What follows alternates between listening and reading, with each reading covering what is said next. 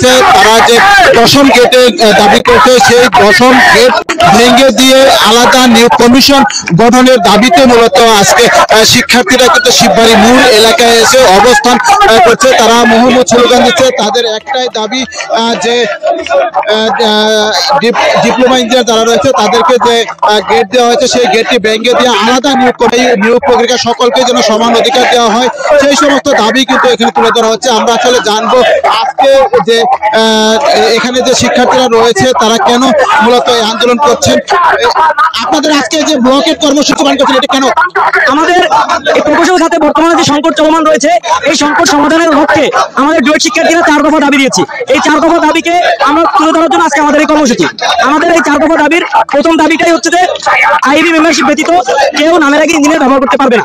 দ্বিতীয়ত আমাদের যে দাবিটি রয়েছে সেটি হচ্ছে আমাদের প্রধান যে দাবিটি 5টি প্রকৌশল বিশ্ববিদ্যালয় তথা বুয়েট ডুয়েট কুয়েট চুয়েট টুয়েট সমন্বয়ে আলাদা নিয়োগ কমিশন গঠন করতে হবে এবং এই নিয়োগ কমিশনের মাধ্যমে টেকনিক্যাল বিষয়কে প্রাধান্য দিয়ে ইঞ্জিনিয়ারিং সেক্টরে নিয়োগের জন্য আরো প্রশ্নপত্র তৈরি করতে হবে। আপনাদের যে 4 দফা দাবি সেটি তো ইতিমধ্যে যারা ডিপ্লোমা ইঞ্জিনিয়ার রয়েছে তারা তো আপনারা এটা প্রত্যাখ্যান করে এর আগে সড়ক অবরোধ করলো, আজকে আবার আপনারা ব্লকের কর্মসূচি দিয়েছেন, কিন্তু পাল্টাপাল্টি কর্মসূচি কেন? আচ্ছা, প্রথমেই আমি আপনাকে জানাতে চাই যে আমাদের যে 4 দফা এই 4 দফা ডিপ্লোমা ইঞ্জিনিয়াররা প্রত্যাখ্যান করে নাই। কারণ আমাদের 4 দফার অন্যতম একটি দফা হচ্ছে উপসহকারী প্রকৌশলী 10ম গ্রেড বা সমমান পদে বিদ্যমান যে নিয়োগ বিধি আছে যে প্রমোশন সিস্টেম আছে সেটাকে চালু রাখতে হবে। জি, আর বিদ্যমান বিষয়টাকে কি আমাদের বজায় রাখতে হবে। যার কারণে আমাদের 4 দফার সাথে ডিপ্লোমা ইঞ্জিনিয়ারদের কোনো রকমের বিরোধ নাই। এবং আমাদের প্রথম দফা দাবি হচ্ছে আইবির যে মেম্বারশিপ এইটা ব্যতীত কেউ নামের পূর্বে ইঞ্জিনিয়ার ব্যবহার করতে পারবে না।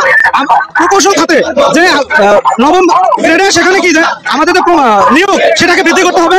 আলাদা যে আপনার নিয়োগ কমিশন ইঞ্জিনিয়ারিং সেটাকে গঠন করতে হবে।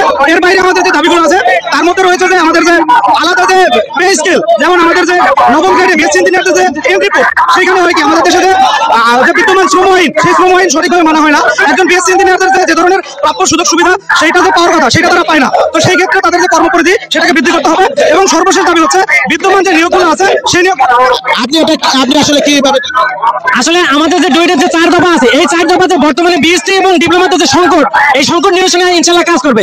আমাদের 4 দফায় সুস্পষ্টভাবে এই যে সংকটের করে বিক্ষোভ করছে, ফলে জেলা শহরের সাথে কিন্তু যোগাযোগ ইতিমধ্যে বন্ধ হয়ে গেছে।